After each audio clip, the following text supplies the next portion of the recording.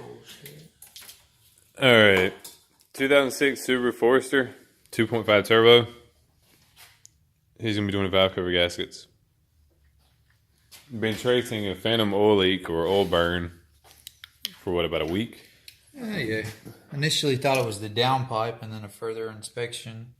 It's actually, yeah, the valve cover gasket. It is literally leaking right there out of the valve cover. So first you want to do is take off the air box. The only thing it's going to be is 12 millimeter there, and then you just pop it out of place. And of course loosen up the clamp that goes onto the boot right there, which goes to the turbo, and pull that out of the way. Now to pull that out of the way, you want to go ahead and disconnect your coil plugs. That right there, and also that one right there. Once you plug those out of the way, be careful with them because they are brittle. And they do break easy. And tool for the job. Craftsman. Makes this cool little setup. To keep between the frame.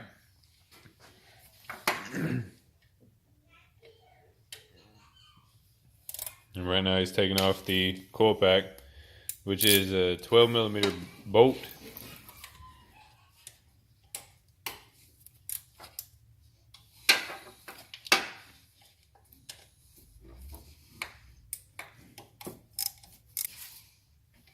By the way, this is his new project car / daily driver. That's his car that we always take out on the weekends occasionally. Garage whore. I'll upload the video where we did the front Brembo conversion, and then we're also getting ready to do the rear Brembos on it. The front rotor is what, 11.7 inches? Big as fuck, we'll just say that. Front coil. Generally try not to mix up the coils either. This one's gonna be fun. And shortly we have some videos on this, swapping out the Forester turbo parts for the STI parts. Both turbo, intercooler, suspension, all that good stuff.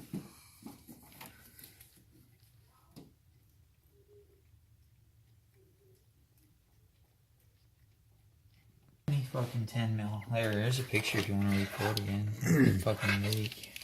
Alright, you can see right there, that's where the valve cover is dripping, and it's dripping down onto the up pipe, and it's causing, you know, the little phantom smoke we would see every once in a while, and also the smell he was having. But you can see right there, now that he's taking the nuts out for the coil packs, go ahead and take a few hoses out of the way.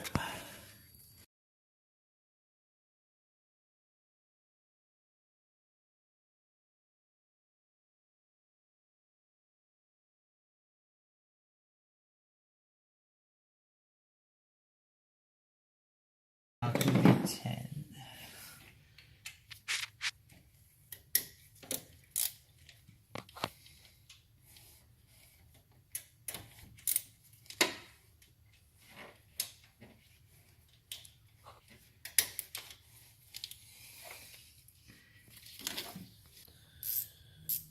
Now, one thing to note is your bolts are different lengths.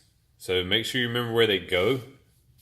If not, you might mess something up. If you don't mess something up, then you're going to have a leaking valve cover.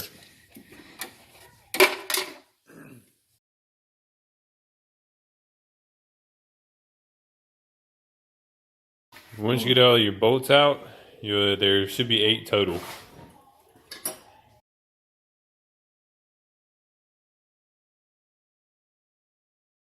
All up and down the downpipe.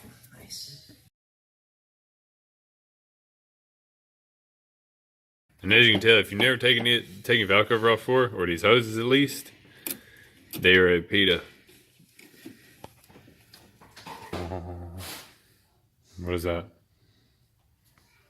Valve cover says like this. That's a leak. That is the leak that is draining onto the up pipe and literally making it smoke bad. If you look, there's a crack. Crack right there. Is it showing it? There it is. You should be able to see it there. That's the crack that caused the leak. It's also cracking there. Cracking in a couple of places. What? That's the main one right there. Oh, it broke. See how brittle it is? It's all brittle.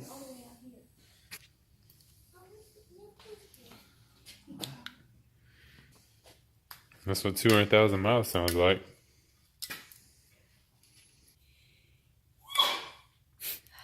That was our pet What? rabbit that sneezed.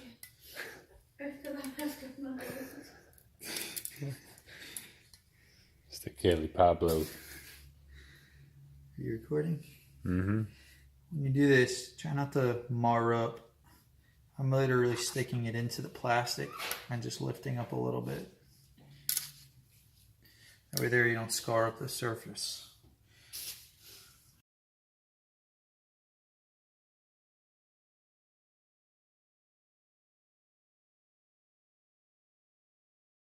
For the gasket set for the 2.5 turbo Super Forester, is this number right there. As you can see, BS 50620R. And that is the Advanced Auto Parts. Yeah. One thing to do too is make sure you get all the old gasket out, especially if you got high mileage like this one does, over 200,000.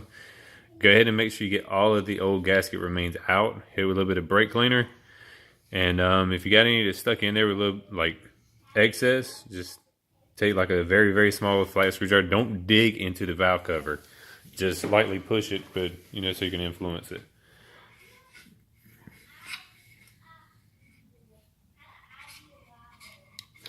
And since this is a spot that is very typical for leaking, I'm gonna hit it with a little dab of RTV. Because RTV will do you. Also, just make sure that you clean your surface where you're mating it to. Get all the old gasket off of there or anything that's on there from the factory. Try not to spray brake cleaner directly into your head. You can see I hit the cap a little bit there, but no, I couldn't help that. But just want to clean all the oil off of the up pipe and everything, so that when we crank it, we don't have the excess burning. We can also tell if it's dripping anywhere else, or if it begins to leak again. Once you get your new gasket in, go ahead and line it up. Be careful. Make sure you line up at least 2 holes at once. Preferably get them all started before you torque anything down. Yeah. I'm just going to get at least 2 to hold it in place, and then grab your other ones and put them in.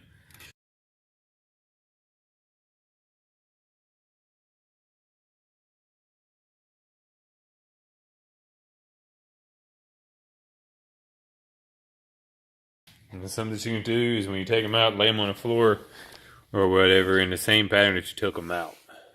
These will go up across the part of the back side of the engine close to the firewall, center, and then the part going towards the front of the engine bay.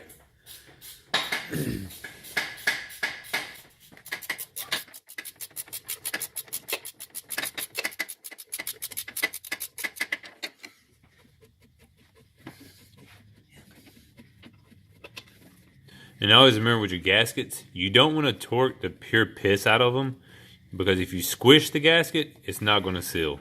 You just want to snug it and then be done with it.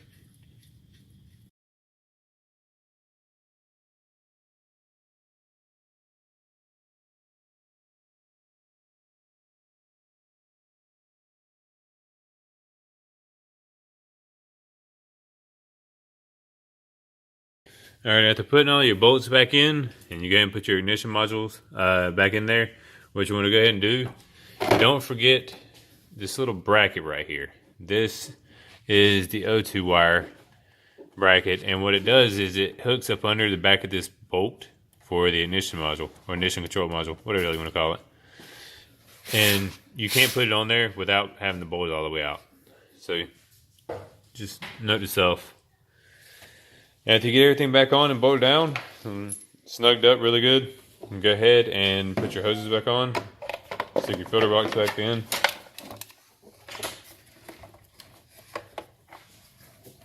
We had it out before we started recording, so it just slides over that little white clip. And those are 12s, right?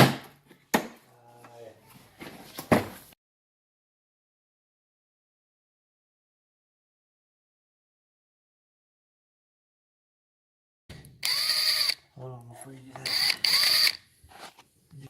You're going to put your 12 millimeters back in. Put your Ultra Super Synthetic frame air filter back in there. Super Filter box back together. kick you. Take your 8 millimeter. Tighten your clamps back down. Ooh. Go ahead and clamp it down. Don't forget to plug in your mass airflow sensor. You will throw a check engine light. And that's how you do the valve cover gasket on the passenger side. The reason we're not doing the driver's side tonight is because it's not leaking. We don't fix things if they're not broke. Thanks for watching.